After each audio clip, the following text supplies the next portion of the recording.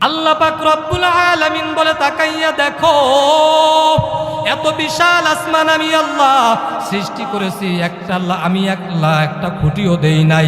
আবার মনে করতেছেন হয়তো বা উপর থেকে আল্লাহ রশি দ্বারা ঝুলাইয়া রাখছে, এরকম নাকি বিষয়টা?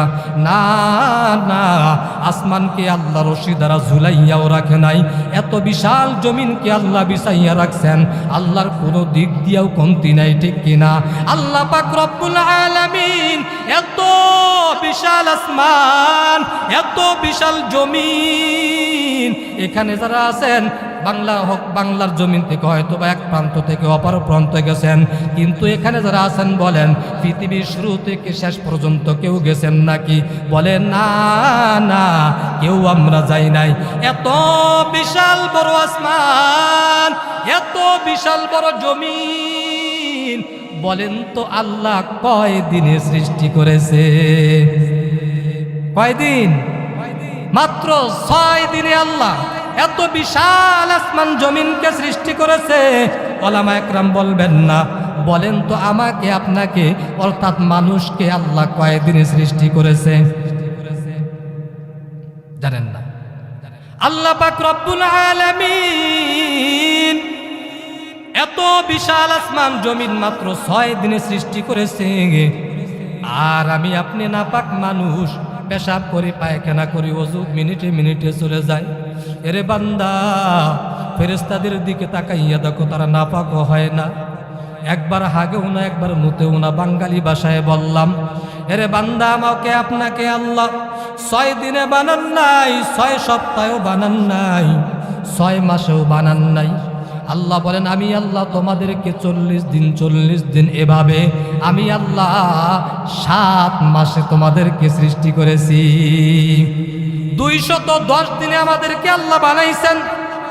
আল্লাহ এত বিশাল আসমান জমিন মাত্র 6 দিনে সৃষ্টি করলেন, আর আমাকে আপনাকে আল্লাহ 7 মাসে সৃষ্টি করেছেন। আল্লাহ পাক রব্বুল আলামিন এত বিশাল আসমান জমিন, চাঁদ সূর্য যা কিছু আপনি দেখুন, যত মাখলুকাত আছে, এক কথায় আমরা হলাম মাখলুক, আর বহু বচনে বলা হয় মাখলুকাত।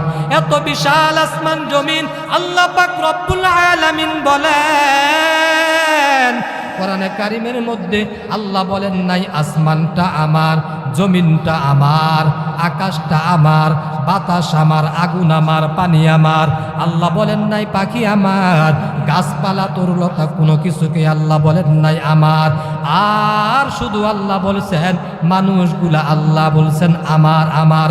আল্লাহ পাক রব্বুল আলামিন বলেন আমি আল্লাহ আসমানকেও বানাইলাম, জমিনকেও বানাইলাম, চাঁদ সূর্য যা কিছু দেখো বান্দা, সব কিছু আমি আল্লাহ বানাইলাম।